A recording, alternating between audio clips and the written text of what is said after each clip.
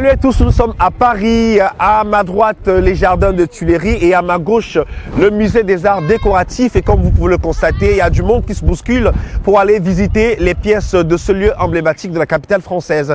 Dans un instant, nous avons rendez-vous avec un artiste au parcours atypique, né à Douala au Cameroun. Il est installé à Paris depuis plus de 30 ans. Il est auteur, compositeur, interprète, guitariste. Il nous accueille pour nous raconter son parcours, ses passions, voilà, sa passion pour la musique. Sango Ndedindolo est face à SN et nous le retrouvons tout de suite chez Loulou. Suivez-moi. Oh, très heureux de vous accueillir. Ça fait plaisir de t'avoir ici. Merci, merci infiniment. Je suis très heureux d'être à Paris. Merci beaucoup. On va passer un bon moment avec les téléspectateurs. Absolument. Donc, on a hâte de s'asseoir et de pouvoir échanger sur le parcours. Génial. Merci Génial. infiniment. Je suis très content que tu sois là. Merci infiniment. Merci. Merci. Merci à vous, Sango Ndedindolo, d'accepter notre invitation. Nous sommes très heureux de pouvoir échanger avec vous. Occasion d'en savoir un peu plus sur votre parcours. Comment allez-vous? Je vais très bien, mon cher. Alors, vous avez choisi de nous accueillir au Loulou. Nous sommes en plein cœur de Paris, dans le 1er arrondissement. Ouais. Pourquoi le choix de ce site? Non seulement c'est un très très joli site, nous sommes dans les locaux du Louvre. Nous sommes derrière le Louvre.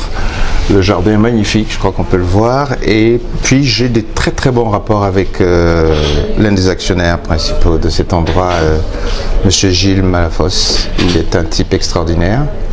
Et voilà, je travaille avec eux de temps en temps, Saint-Tropez, Paris, et puis bientôt de très très belles choses. Alors, la dernière fois qu'on s'était rencontrés, c'était à l'Opéra, Oui. un lieu mythique de la capitale française, Paris. Finalement, vous définissez comme parisien. Pour Paris, c'est... Je suis un peu parisien d'adoption finalement. Voilà, donc oui, l'Opéra Garnier, c'était une de mes résidences où j'ai œuvré pendant quasiment 2 ans. Quand on s'est vu la dernière fois, je commençais. Voilà. Alors, vous êtes natif du Cameroun, vous êtes né à Douala? À Douala, je suis camerounais, natif et de nationalité camerounaise. J'ai mon passeport ndolais, je ne l'ai pas dans les mains, mais voilà, je suis camerounais, je ne vois pas pourquoi je changerais de nationalité. Famille Moukoko? Famille Moukoko du côté de mon père. D'accord. Et du côté de ma mère, Ndumba Lobé, Bébébel, voilà.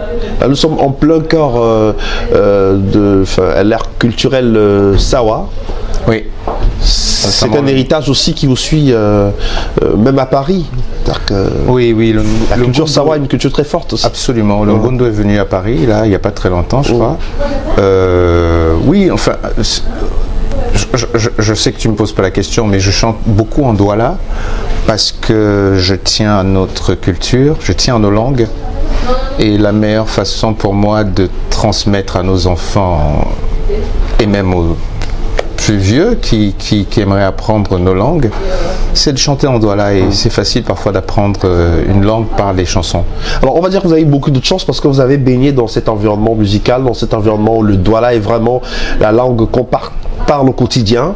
Une grand-mère cantatrice et un père aussi fondateur du premier festival de musique du Cameroun. Ouais. Voilà. Vous avez eu beaucoup de chance aussi. En 72, oui, mais ça, quand on est petit, on ne se rend pas compte du tout. Je ne savais même pas que c'était mon père qui avait organisé cet événement incroyable. En 1972. En 72, oui. Manu Dibango me l'a rappelé plusieurs fois en interview. Parce que d'ailleurs, c'est au cours de cette année que Manu va être révélé au grand public à travers, je crois, Sol Makossa. Sol Makossa, fameuse face B de ce disque. Exactement. Exactement. Alors, votre père était derrière ce festival? Je ne sais pas qu'il était derrière, c'était lui qui était à l'initiative de cet événement. Et moi, ce que je garde comme souvenir de cet événement, ce sont les noms. Jean Bikoko, Aladdin, Menjemeson Jacob, Stella. Est-ce qu'elle était là? Je ne sais plus. Elle n'est pas camerounaise, mais en tout cas, elle était avec Ambi Briand, bien entendu. Absolument, Enfin, il y avait tout le Cameroun. Et je trouve ça reste en mémoire vraiment profondément parce que c'est le Cameroun que j'aime. Cette espèce de réunification, cette espèce d'alliage comme ça là, qui fait le Cameroun en fait. Hein, le continent, comme on l'appelle. Le continent aujourd'hui, hein, Ouais. le Cameroun. Vous avez baigné dans cet environnement musical, mais aussi avec des influences extérieures, la proximité avec le Nigeria, des artistes tels que Fela Ramsoun Kuti aussi, absolument. qui, voilà, Prince Nico Mbarga, Prince qui était camerounais. tout à fait. Mais fortement influencé par le Nigeria voisin. Exactement, ouais. Oui, c'est une richesse indéniable. Enfin, on est béni, hein. Je ne crois pas qu'on soit conscient de tout ça. J'ai l'impression, alors peut-être que je me trompe, mais qu'on va un peu trop à la facilité aujourd'hui musicalement. C'est-à-dire que si quelque chose fonctionne, bah, tout le monde va se mettre dedans, alors que il y a tellement un background derrière qui est à exploiter en permanence. En permanence. Absolument. C'est La fabuleux. musique camerounaise a une richesse je sais pas du chauvinisme, incroyable. mais très honnêtement, quand Pas les gens suffisamment exploitée à votre avis? Non, pas du tout. Et ce qui est drôle, c'est que ce sont les autres qui exploitent notre musique. Je ne veux pas vexer, mais les Ivoiriens, pour certains qui sont honnêtes, j'ai souvent des discussions avec eux, ils me disent nous, notre musique, elle est inspirée pas mal par des gens comme Kemayo, Elvis Kemayo, qui, entre autres, mais il y en a un autre. Sanfan Thomas. Sanfan Thomas. Sanfan Thomas a vraiment inspiré les Ivoiriens, ils me le disent. Et chez les Congolais, tu sais ce qu'ils me disent? Ebo Alotine. Vous avez eu Ebo Alotine, Bah je ne comprends pas que vous fassiez une musique qui n'est pas, qu'on ne comprenne pas. Enfin, voilà. Ebo Alotine qui a fini par tisser des relations particulières avec l'ancien président zaïrois aussi, puisque la musique était très appréciée. Alors, comment on peut expliquer, Sango Ndolo Dedi, qu'aujourd'hui, la musique camerounaise ait du mal à s'exporter? Pourtant, à cette époque-là, toute l'Afrique était au pied du continent Cameroun. Ben, je n'ai pas une explication. Ben, c'est ce que je te disais un peu, c'est-à-dire qu'on va un peu à la facilité. Si quelque chose fonctionne, un style de musique fonctionne, ah ben, tout le monde va se jeter dedans. Mais je pense que la jeune génération, parce que j'écoute un peu ce qui se passe au pays, la jeune génération, il y en a qui vont chercher des choses traditionnel et tout ça. J'ai vu, j'ai pas les noms en tête, j'ai vu 2-3 clips où des jeunes déjà habillés traditionnellement en tenue de Sawa et danser la tradition, c'est-à-dire le bolobo et autres. Je trouve ça génial. Les Sewe et tout ça, oui. Alors vous êtes auteur, compositeur, interprète, guitariste. À quel moment la musique arrive dans votre vie? À quel moment vous sentez vraiment appelé par la musique de façon professionnelle? C'est vrai qu'il y a eu cet environnement familial, la grand-mère cantatrice et tout ça, mais à quel moment vous décidez de faire de la musique votre métier? Est-ce que j'ai vraiment décidé d'en faire mon métier? Non. Pour être honnête, je me rends compte juste à un moment donné que je ne pouvais pas avoir un pied dedans, un pied dehors. Quand j'ai, je sais pas, 20 ans, et qu'il fallait faire un choix à un moment donné. Donc, c'était pas facile. Appel du destin? Peut-être. En fait, la musique, c'est une thérapie pour moi. C'est même... c'est pas un métier, c'est... J'ai envie de dire une philosophie de vie. La musique, c'est un médicament. C'est quand tu n'es pas bien, tu écoutes certaines musiques. Absolument. Quand tu es content, tu en écoutes d'autres. Quand tu es amoureux, tu écoutes des chansons d'amour, mais il n'y a pas mieux que des chansons d'amour en réalité. Donc voilà, c'est vraiment, je baigne dedans matin, midi, soir. Et quand je dis ça, c'est pas une mince affaire. La musique vous accompagne au quotidien? Elle m'accompagne tout le temps. La meilleure musique que j'ai, surtout, ce sont les silences. Ah, ça c'est très bien dit. Alors à l'âge de 20 ans, vous partez du Cameroun pour la France, pour des raisons d'études. Oui, comme tous les jeunes. Comme tous les jeunes à cette époque. Parce que chez les Sawa, c'était vraiment très à la mode. C'est-à-dire que pour certains même c'était un peu plus tôt. Hein. Les études c'était en France pour vous. Ouais, c'était un peu classique en parcours finalement, non? Peut-être, mais en fait c'est que voilà ce que ma mère me dit un jour. Alors, je ne vais pas revenir sur mon parcours. J'étais au Petit Joss, à Douala, au Grand Joss. Après, elle m'a envoyé à Yoké, Mouyouka Yoke, Mouyouka. Tu sais où c'est? Non, c'est dans le sud-ouest. Mais oui, monsieur, c'est au Cameroun. Oui, c'est au Cameroun, bien sûr, dans le sud-ouest. Chez les anglophones, c'était génial. C'était une année extraordinaire pour moi, où j'ai failli crever. Et pourquoi vous avez failli crever? Mais parce que je n'étais pas habitué à la bouffe. Rice and beans every day. English language. Absolutely. Les maths en anglais, machin. C'était. Mais ça aussi, c'est le Cameroun. Absolument. Ouais. Et quand je reviens à Douala, elle me dit bon, écoute, là, qu'est-ce que tu veux faire? Je lui dis, je sais pas. J'ai un ami qui prenait des cours au centre culturel américain. Il y avait une école américaine ici, à Douala. Et donc elle me dit, bon, tu veux y aller avec ton pote Firmin? Je dis oui. Donc elle m'inscrit là-bas. Je passe une année. Et ensuite je vais à Yaoundé. Et quand je reviens de Yaoundé, elle me dit, bon, je crois que le Cameroun est trop petit pour toi, il faut que tu dégages. Tu as 3 jours pour dire au revoir à tous tes potes et tu t'en vas d'ici. Voilà comment je me trouve en France, en fait. Wow. Mais elle savait déjà. C'est incroyable, les mamans. Elles savent toujours. Hein. Elles savaient que ma vie, ce serait de l'art, de l'art, de l'art. Parce que je faisais beaucoup, un peu de théâtre, un peu, voilà. Donc, mais c'est la musique qui l'a emporté et j'en suis très content. Avec du recul, pas de regret? Aucun. C'était le choix à faire absolument. Je sais même pas, une fois de plus, c'était pas un choix, c'était une évidence pour, bizarrement, plus les gens autour de moi qui me voyaient comme quoi on se voit pas soi-même. Mais je crois que tout ce que je faisais était dirigé vers ça, en fait. Alors, je propose voilà, qu'on vous regarde performer sur Dilaté. C'est toute une histoire autour de Dilaté. J'espère que je prononce bien. Dilaté qui veut dire... Dilaté. Dilaté, c'est en langue douala. Dilaté. Comme les mots sont extraordinaires, dilaté en français, c'est ce que ça veut dire. Oui, dilaté, bien sûr. Ben voilà, en douala, c'est le contraire. D'accord, l'effet contraire. Réunification. Tout à fait. Et avec Sangondolo Ndedi, le résultat ne peut être qu'intéressant. Alors, vous avez votre guitare, elle est très particulière. Je souhaiterais que vous présentiez votre guitare à nos téléspectateurs. C'est pas du bois. Non, c'est une guitare en fibre de carbone. Fibre de carbone. Ouais, comme on voyage tout le temps, c'est une belle solution. Et la particularité, alors, c'est qu'elle n'est pas aussi fragile que les autres, ça c'est très très bien, parce que parfois on trouve nos guitares dans des états qui n'ont pas de sens. Mais la particularité, c'est qu'elle a ce boîtier et qui remplace les pédales et tout ça, les effets, l'accordeur, enfin... Un concentré de technologie. Exactement. D'accord. Un téléphone presque tactile dessus. Et c'est important pour vous, artistes musiciens, aujourd'hui, de s'arrimer à la modernité, de se mettre à l'ère du temps. C'est... Ouais. Et donc ça c'est mon nouveau compagnon. On se perd pas avec toute cette nouvelle technologie, non?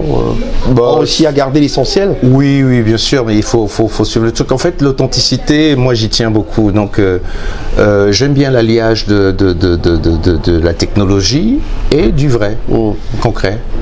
Alors je propose qu'on regarde Sangondolo Ndedi dans une performance dilatée, absolument magnifique. On se retrouve juste après.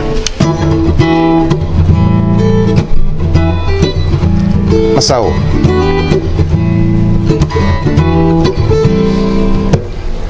Abunga mene bato bena bajai kunda bana sisi ya wande weyene pasi ala ne mwendi langwe ya munambo watena losijaye bobe bana batete bende nyongo motembu sanune para pa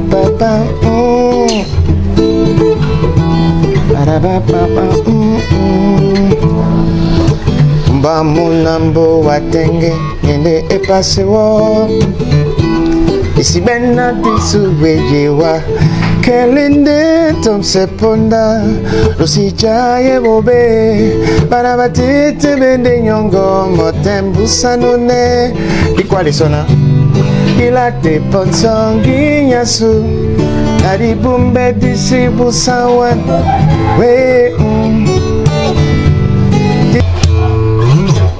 Magnifique, dilaté avec Sangondolo Ndedi, bravo encore.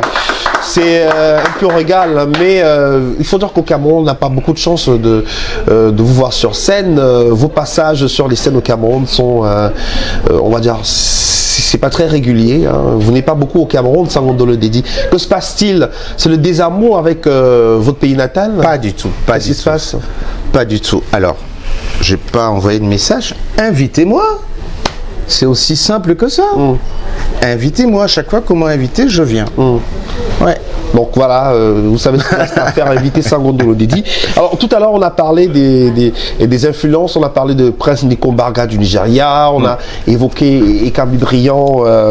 J'aimerais bien qu'on parle de Manu Dibango aussi, parce que Manu Dibango, finalement, avec lui, c'est une histoire bien particulière. Moi, je découvre au travers Manu Dibango, ça je le dis, que Manu, c'était vraiment une relation très forte. Oui, c'est assez drôle quand même, parce que tu as cité deux noms, Ekambi Brillant et Manu. Ce que les gens ne savent pas, c'est que Ekambi Brillant, justement, me chope quand j'arrive en France. Il rentre des États-Unis, il veut faire une tournée mondiale. Il ne sait pas ce que je fais. Je ne sais pas s'il me connaît vraiment, mais il se trouve qu'on habite chez mon oncle, à l'époque, qui était producteur, Henri Lobet, pour ne pas le citer. Et un jour, il me surprend en train de faire mes maquettes. Je ne voulais pas qu'on écoute ce que je faisais. Donc il était là, il a entendu, il me dit, c'est toi qui chantes? Je dis oui. Il dit, mais c'est pas possible et tout. Je t'emmène en tournée mondiale avec moi. Ça, c'était du Ekambi Brillant Motamoya. Motamoya, il dit, je t'emmène en tournée mondiale où je rencontre donc Feu, Noël et Kwabi et tout ça. Et bon, la tournée n'a pas été mondiale, mais on a fait quelques dates et il voulait que je sois sur scène. Je lui ai dit, qu'est-ce que je vais faire? Il me dit, je sais pas, je veux que tu sois sur scène, tu vas faire les chœurs, la percu et tout ça. Je me suis retrouvé avec des monstres de musique camerounais, je te promets, de très très très grands musiciens. Voilà le rapport que j'avais avec Ekambi, mais j'ai su par la suite, et il m'a raconté à Yaoundé, il y a quelques années, avant qu'il ne s'en aille, que c'était grâce à mon père qu'il était devenu une star. Ah, d'accord. Oui, papa lui a demandé, tu veux être une star? Il lui a dit oui, il lui a dit, voilà ta suite. Au Mont Fébé, je crois. Oui, hôtel Mont Fébé à Yaoundé. Voilà. Sur les hauteurs de la capitale du Cameroun. Exactement. Et pendant ce festival, il lui dit, tu sors pas de ta chambre, tu restes là. Mais l'histoire est super longue parce qu'avec Manu Dibango, justement, il y a eu un clash pendant très longtemps parce que Manu Dibango était déjà connu en tant que Sol Makossa pété à ce moment-là et comprenait pas que ce soit Ekambi Brillant qui passe en dernier au festival.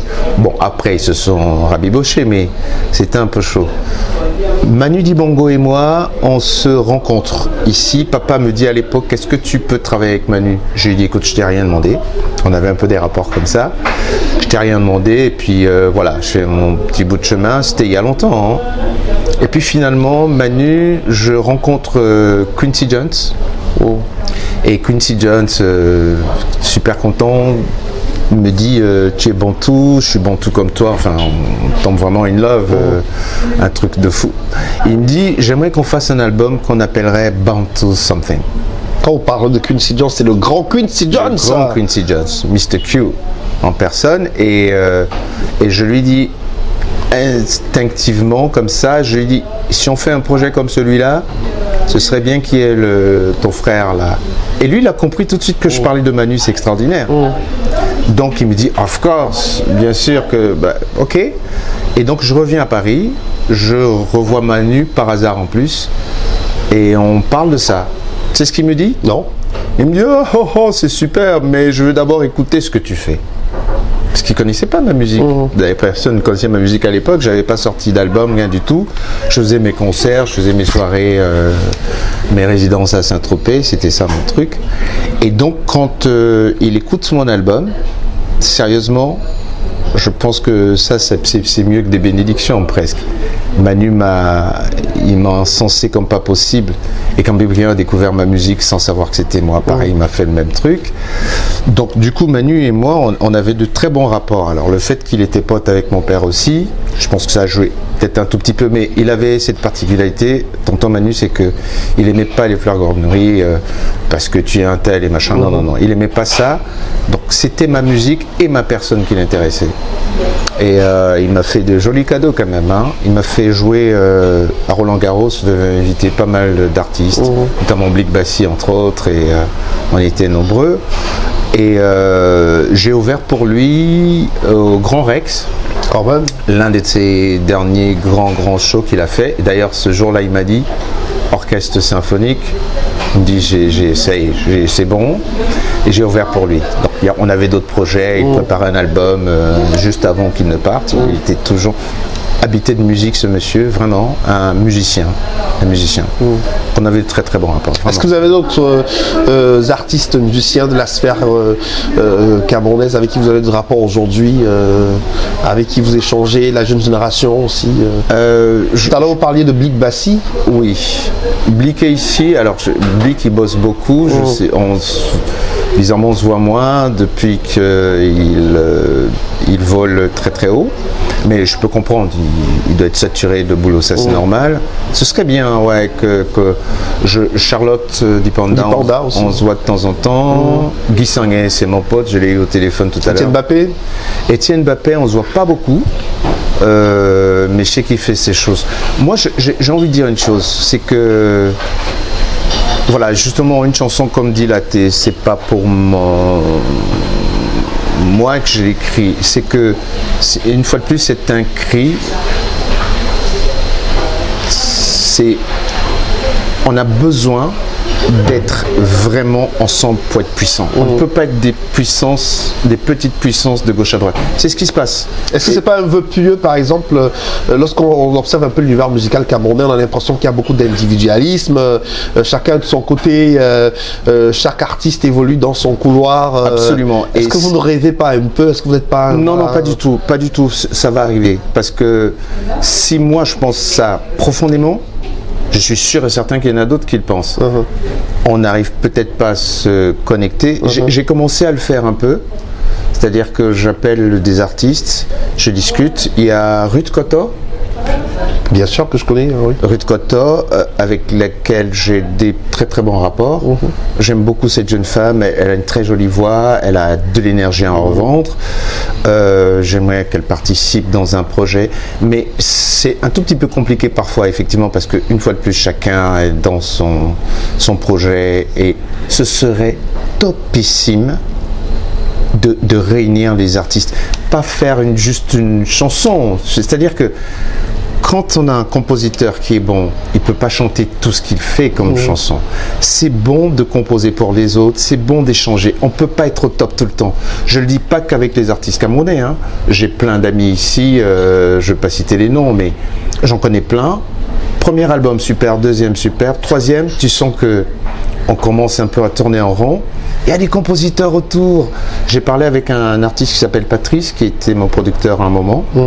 Patrice, c'est un jeune allemand, métis allemand, qui est extraordinaire. On voulait écrire, on a écrit pour un autre artiste dont je ne citerai pas le nom pour le coup, qui est un ami. Enfin, ni j'aime pas, ou c'est bon, quoi. Il faut que ça s'arrête. Ce n'est pas possible. Il n'y a rien qui se passe de bon à ce moment-là. C'est qu'on tourne en rond tout seul. On ne peut pas être au top tout le temps. Et comme les artistes adorent copier, en particulier les Américains, mais je crois qu'ils copient mal les Américains. Parce que je peux te promettre, et même jurer que, à force de travailler souvent aux États-Unis, j'ai vu comment ça se passe. Quand, je sais pas, Rihanna en studio, t'as Snoop qui traîne dans les parages, il entend le son, il rentre, il dit je crois que je peux placer ça et ça. C'est comme ça. Tu as vu, derrière les albums, tu as un titre, tu as un beat, une ligne de basse, 2-3 voix, mais les crédits, tu en as 5, 6, 10. Ce n'est pas pour rien, c'est parce que cette espèce de choses comme ça, d'amener, c'est important. C'est important. Alors, peut-être que je me trompe, comme tu dis. Moi, non, c'est juste la question. Vraiment, mais ce serait bien, de toute façon, mais ce serait qu'on se mette ensemble. Je pense que c'est la musique camerounaise qui sortirait grandie de cette union-là. Alors, dans votre parcours, quand même, c'est important de le dire aux téléspectateurs qui vous découvrent. Vous avez démarré comme bassiste. Vous avez commencé comme bassiste. Oui, comme les 3/4 des Camerounais. Ouais. Hein. La basse et les Camerounais, c'est une histoire d'amour. J'ai fabriqué ma première basse moi-même avec une guitare acoustique sèche. J'ai enlevé les 2 cordes là qui m'embêtaient. j'ai écarté les sciés, j'ai fabriqué un ampli parce que j'ai adoré faire l'électronique, c'est ce que j'ai fait comme étude d'ailleurs. Et j'ai fabriqué mon premier ampli, ma guitare comme ça, et vive la galère quoi. Vous avez chanté aussi dans des groupes, et on ne le sait pas, c'est important de le souligner, vous avez fait le choriste aussi. Oui, j'ai essayé. Vous avez fait des chœurs. J'ai essayé, on m'a pas gardé souvent. On m'a pas souvent gardé parce que, notamment une chanteuse américaine, je sais plus comment elle s'appelle, une chanteuse de jazz, elle voulait 4 choristes et je faisais partie des 4. En fait, citez les noms. Hein. Vous avez accompagné Michael Winter, les Nubians, Princess Erika, David Charvet, Ayo. Ouais, c'est plus des amis, c'est la famille, tout ça. Je sais que je ne changerai jamais. En fait, une fois de plus, Eric, j'aime l'unité, j'aime la réunification, j'aime l'échange d'idées. Tu sais, c'est ça qui fait la force des choses. Donc moi, j'essaie souvent d'emmener les gens. Alors, je suis peut-être pas une méga star, c'est pour ça qu'on ne m'écoute pas assez, mais ça viendra peut-être. Alors on dit de vous que finalement vous êtes très universel dans votre approche musicale, votre approche artistique. Absolument, oui. Ouais. Ça correspond mieux à votre sensibilité, Sango Ndolo Ndidi. Bah, c'est que, tu l'as dit tout à l'heure, le Nigeria à côté, je crois que les James Brown, dès qu'ils sortaient un titre, on avait aucun monde tout de suite. Otis Redding, quand il est mort, j'étais petit bonhomme comme ça. Je me rappelle qu'il y avait une tristesse dans tout le quartier, tout le parcours de l'école jusqu'à la maison, parce qu'Otis était mort. Donc, entre Sally John, Otis Redding, et tu vois, je te donne des noms comme ça, tu as toute cette richesse. J'ai écouté tout ça. Je ne peux pas faire comme si ça n'a pas. C'est finalement un environnement qui est très inspirant. Alors, on parle du Zénith aujourd'hui au Cameroun. Faire le Zénith, c'est vraiment le nec plus ultra. Mais vous avez fait des Zéniths, vous avez fait l'Olympia aussi. C'est ça le mythique parisienne. Ouais. On en fera d'autres. Ouais, forcément. Ouais. Alors, à quel moment aussi vous dites, ok, ça y est, je rentre en studio et je sors un album? Après toutes ces collaborations, tous ces voyages, tous ces accompagnements, est-ce que la nécessité s'imposait à vous de sortir un album? De sortir un album, c'est important parce qu'on a besoin de s'exprimer autrement aussi. Puis on a besoin de se renouveler. Et vous savez, c'est comme si on retrouve une nouvelle recette. On a envie de faire goûter ça à tout le monde. Donc là, je prépare quelque chose dans ma cuisine, je te promets. Mon manager en est témoin. Je danse tout seul pour l'instant, mais on a hâte de découvrir. Hein. Ouais, vraiment. Mais en attendant, on parlera de Eala aussi, qui a été un album absolument magnifique. Oui, malheureusement que je n'ai pas pu présenter comme je voulais parce que entre Covid et tout ça, je ne l'ai jamais présenté à Paris d'ailleurs. Tu me crois ou pas? Le seul concert important que j'ai fait pour cet album, c'est à Douala. À Douala en 2020 et je pense vous avoir reçu d'ailleurs sur les plateaux de la télévision nationale Cameroun à Yaoundé pour communiquer sur cet événement. Et il y a eu un enthousiasme extraordinaire. Vous étiez surpris un peu par la réaction du public camerounais, alors que semble-t-il vous faites partie des artistes camerounais qui ne sont pas très très connus sur le plan local. C'est ça qui m'a surpris. C'est très paradoxal. Hein. Vraiment, j'ai eu des retours incroyables. C'était un mardi soir et à la sortie, les gens me disaient il y avait des gens qu'on ne voit jamais dehors, on ne sait même pas s'ils vivent au Cameroun, ils étaient tous là. C'était génial. Mon regret, j'ai joué à Yaoundé, mais c'était pas un concert en tant que tel de Sango. Et ça, je rêverais de faire une petite tournée, une belle tournée même, je dirais, au Cameroun. Alors, Eala, c'est une invitation au voyage, des chansons avec des textes, des mélodies. C'est vraiment quelque chose qui est pensé, qui est structuré une fois de plus. Et ça, ça correspond vraiment à votre tempérament. Complètement. Alors, j'aime dire ça en ce moment, c'est que dans Eala, je trahis rien du tout. C'est des vieilles chansons pour moi. Elles ont 20-25 ans pour certaines. Donc t'imagines, le prochain album, c'est le Sango d'aujourd'hui, de maintenant, tout de suite là, qu'on va entendre. D'accord, super. Vous voulez bien faire un petit aperçu à nos téléspectateurs du prochain album? Du prochain album en exclusivité? Non. Donc pour l'instant, on attend encore. Voilà, donc Sango Ndolo Ndidi, c'est parti. Ah non, tu veux que je te fasse une chanson que tu aimes beaucoup. Voilà. Je sais, mais tu m'as dit que je peux pas partir d'ici sans la faire. Ça fait...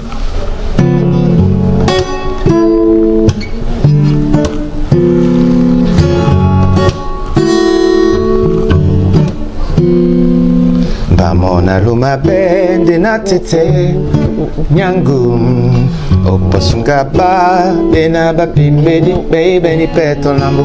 Bamona luma bende na tete tete nyangum momene oposunga ba bena bapimbe di baby ni pende na sanga menete na magwa bongo tueri no ne mundi me mulemae na sanga menete na mabwa bongo bongo tuweni loni mundie na bentenge ngudi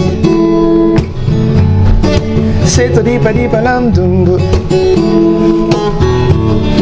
bamu bentenge ngudi sona ngudinde seto dipa lamdumbu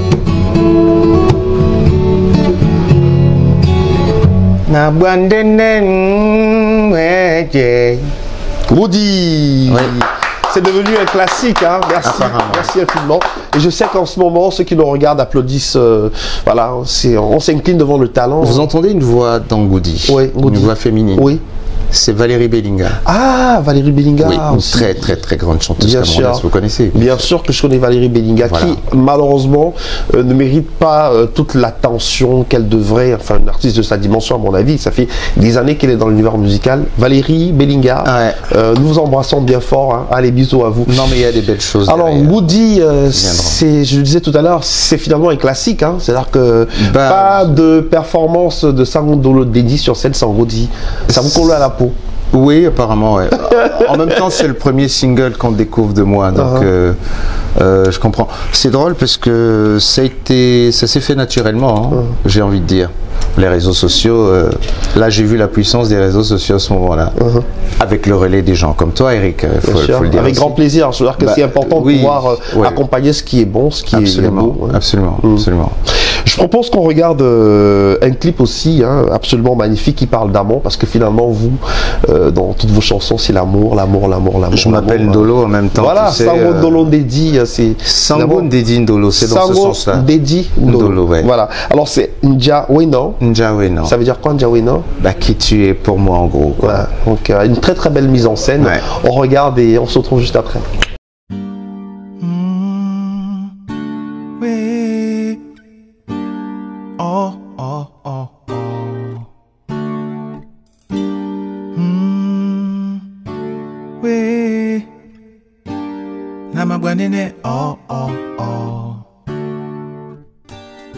Bunya tebo matombe Oma pode langu yamba Njawino onyolam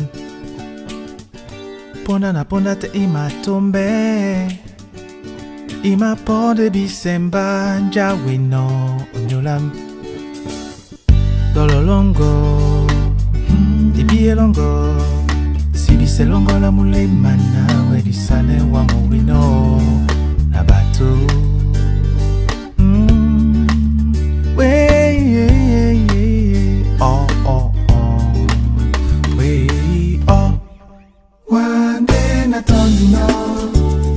Namapula sona mundi mwa wase mubina wande na tondino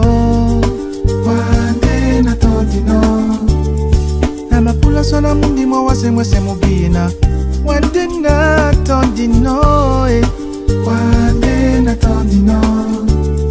Namapula sona mundi mwa wase mubina wande na tondino.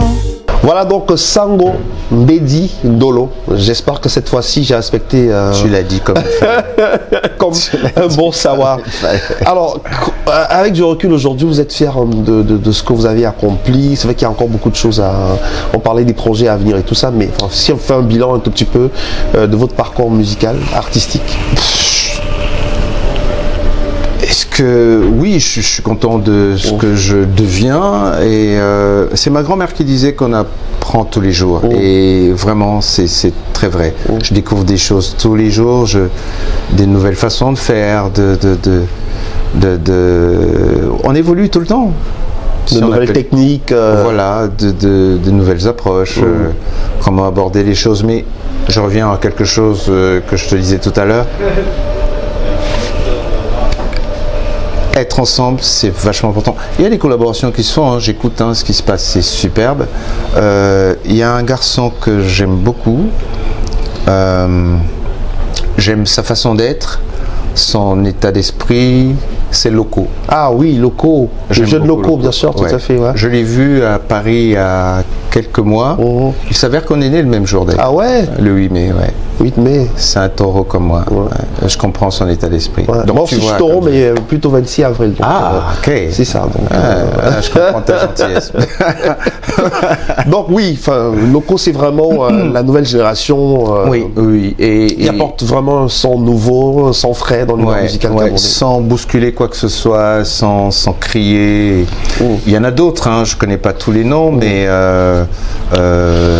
moi j'ai vraiment envie de ça. Hein, j'ai envie de ça. Et comment vous définissez finalement votre style? On parle de Afroback. C'est quoi Afroback? Ouais, Afroback, ça vient de...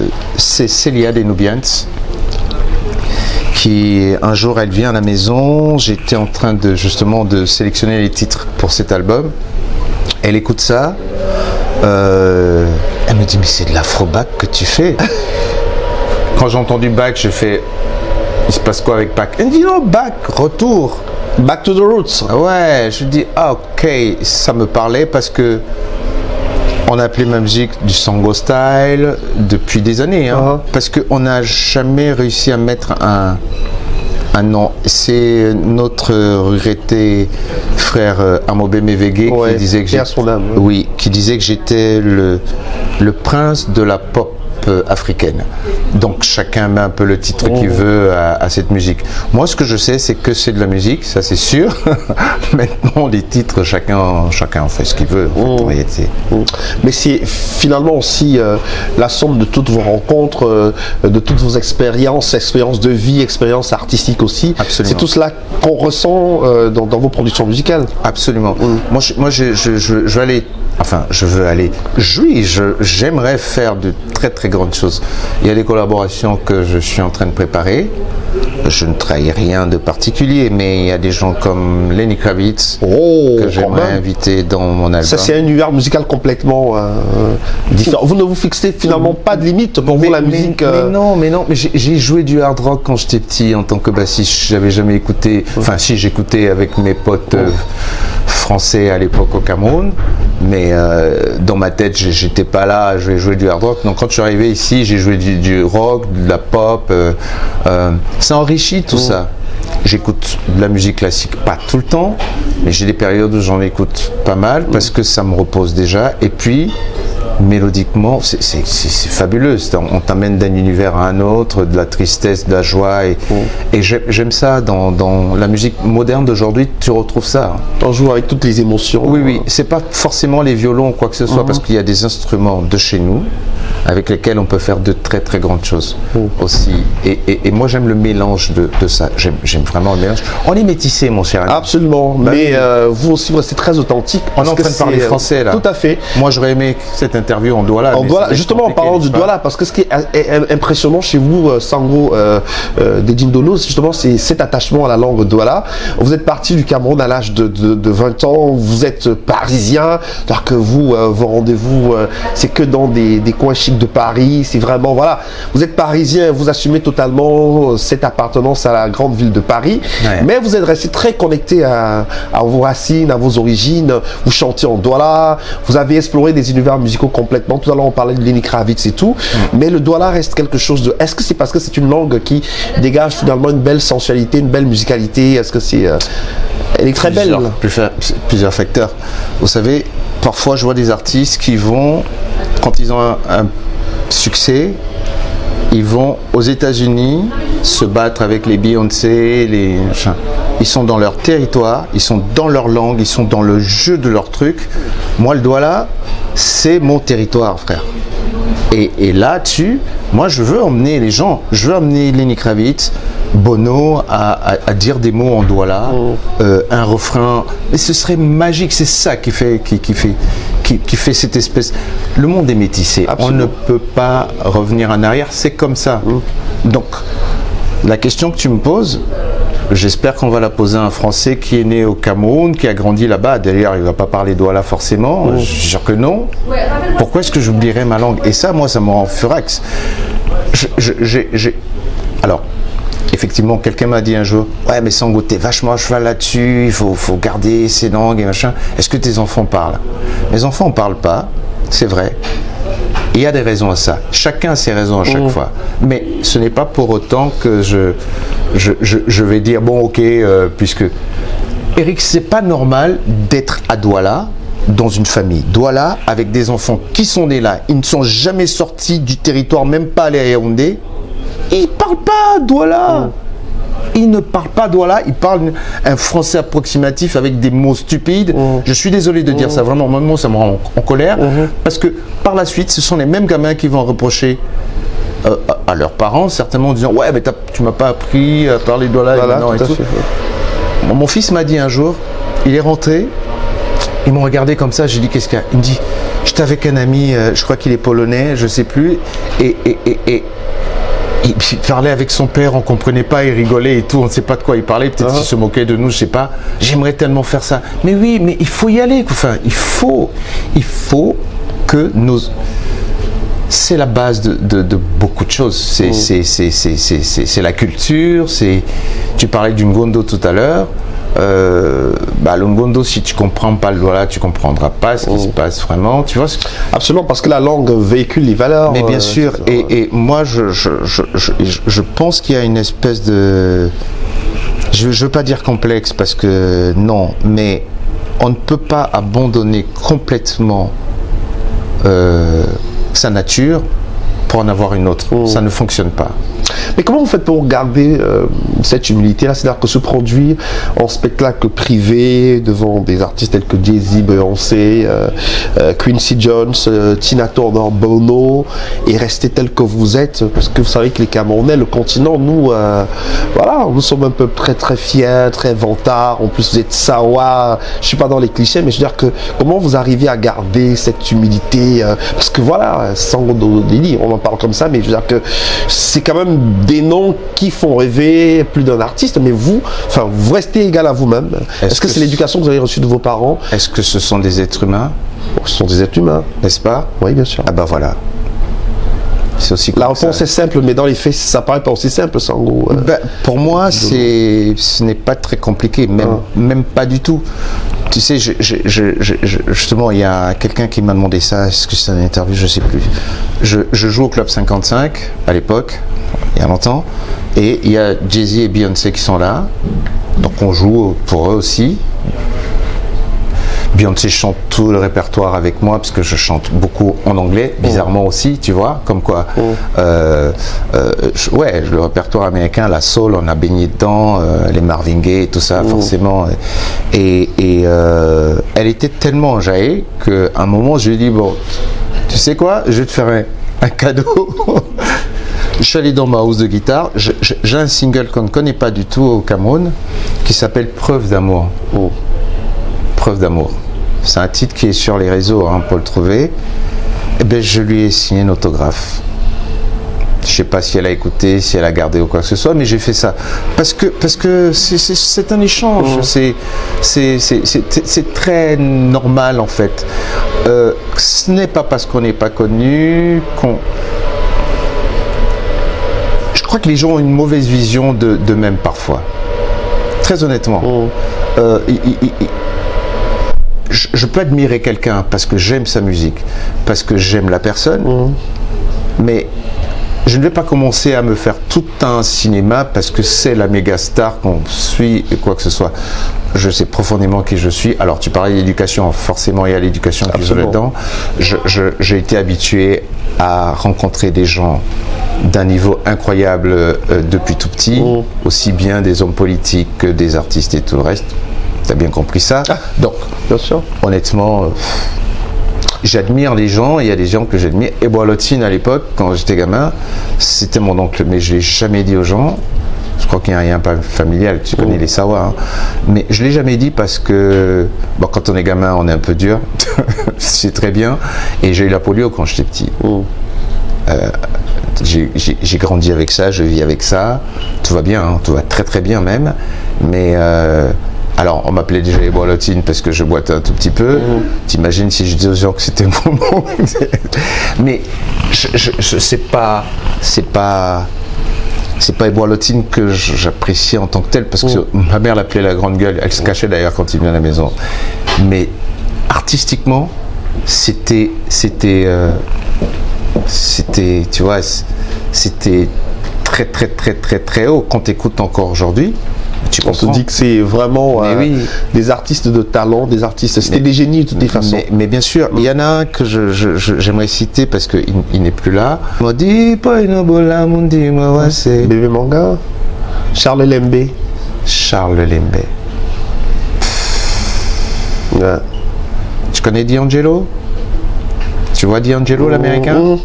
Et bien pour moi, Charles Lembe, c'est D'Angelo, bien avant l'heure. C'est de la soul, méga soul, new soul, tout ce que tu appelles ça comme tu veux. On peut être fier de notre patrimoine artistique et musical. C'est juste incroyable. Il suffit d'aller juste piocher dans les archives. J'aimerais faire un album comme ça, des titres des artistes que j'aimais. Je t'ai dit, mais je me sens que Jacob, il me donnait la chair de poule quand j'étais petit. Tu vois, ça me reste. Tu vois. Jean Bicocco, je l'ai entendu, vu toute mon enfance. Il y avait un voisin Bassa qui l'invitait à toutes les fêtes. Tu vois.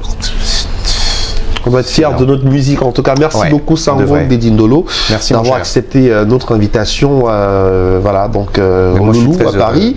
Et voilà, qu'est-ce qu'on peut vous souhaiter pour la suite des projets aussi sur lesquels vous travaillez? Alors, pour la suite, qu'est-ce qu'on peut me souhaiter? La santé. La santé. La santé.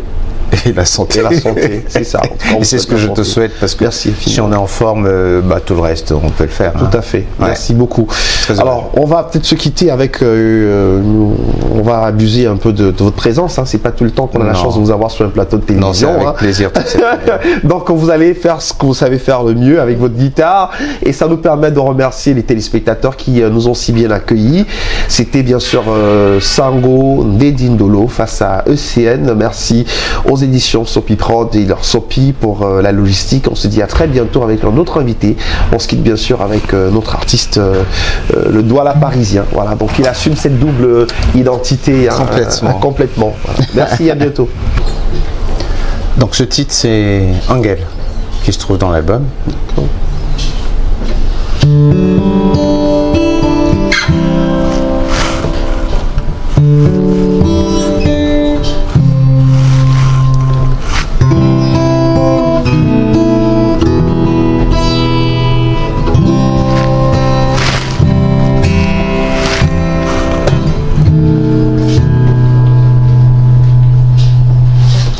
Dulango edamedimba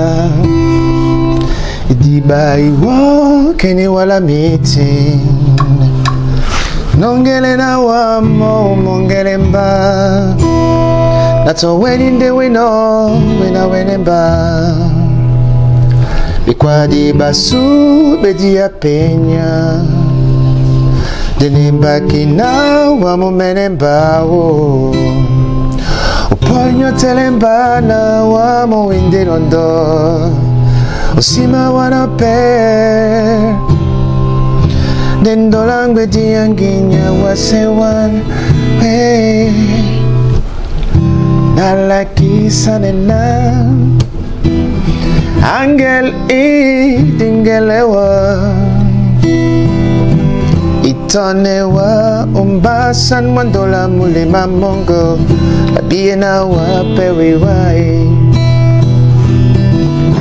Nalaki sanena Angel dingelewa Nakodinyese Itonewa umbasan mandola mulima mongo Labiena wa periwai Labiena wa periwai Labiena wa periwai.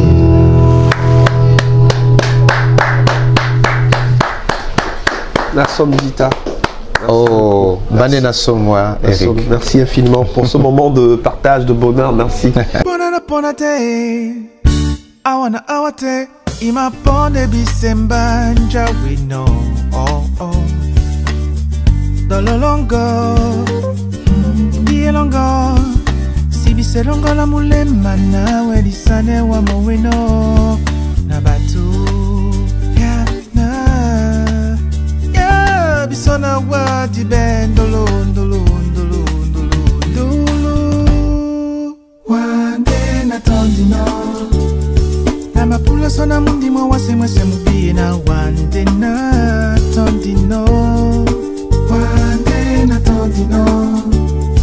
na ma pula sona mundi mo wase mo se mubi na wande na tondino wande na tondino na ma pula sona mundi mo wase mo se mubi na wande na tondino pona te awana awate ima ponde bisemba jawe no